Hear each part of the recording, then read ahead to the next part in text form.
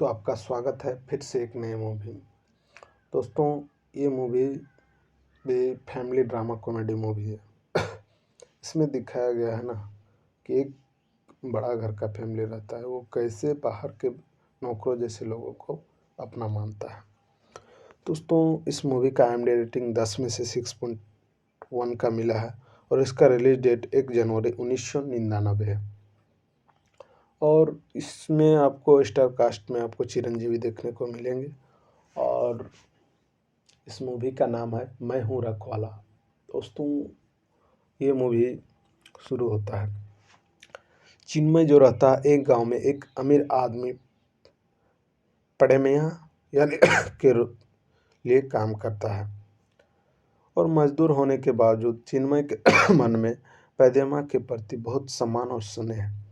पैदमा भी चिन्मय का बहुत प्यार से ख्याल रखते हैं और अपने बेटे की तरह उसकी देखभाल करते हैं।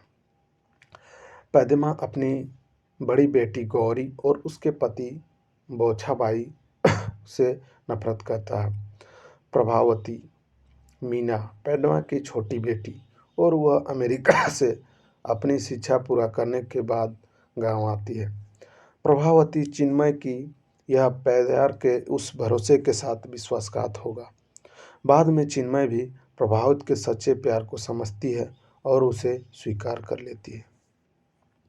एक दिन अचानक प्रभावती आरोप लगाती है कि चिन्मया ने उसके साथ बलात्कार करने की कोशिश की है।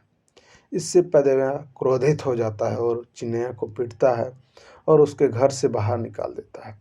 इस समय चिन्मया के पिता सिम्हाद्री जेल में रिहा होते हैं और पैदेया से मिलने आते हैं। सिम्हाद्री ने पहले भी पैदेया के अधीन काम किया था और उसके पैदेया का बहुत विश्वास जीत लिया था, लेकिन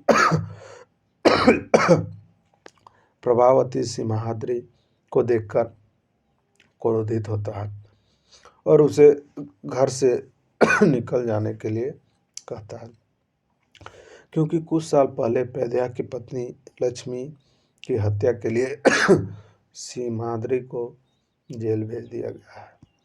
प्रभावती यह भी सच बताती है कि उसने चिन्मय को उसके पिता से दूर भेजने के लिए एक नाटक किया था और पैदेया को सच्चाई जानकर चौंक जाता है। चिन्मय अपने पिता सिम्हाद्री से भी बचपन में नफरत करता है क्योंकि उन पर लक्ष्मी की हत्या का आरोप लगाया गया था। और कहानी में फ्लैशबैक में चली जाती है। सिम्हाद्री पैदेया के घर में एक वफादार नौकर था और पैबिया लक्ष्मी का छोटा भाई और उसकी शादी गौरी के साथ तय हुई। शादी के दिन लक्ष्मी को पैदेया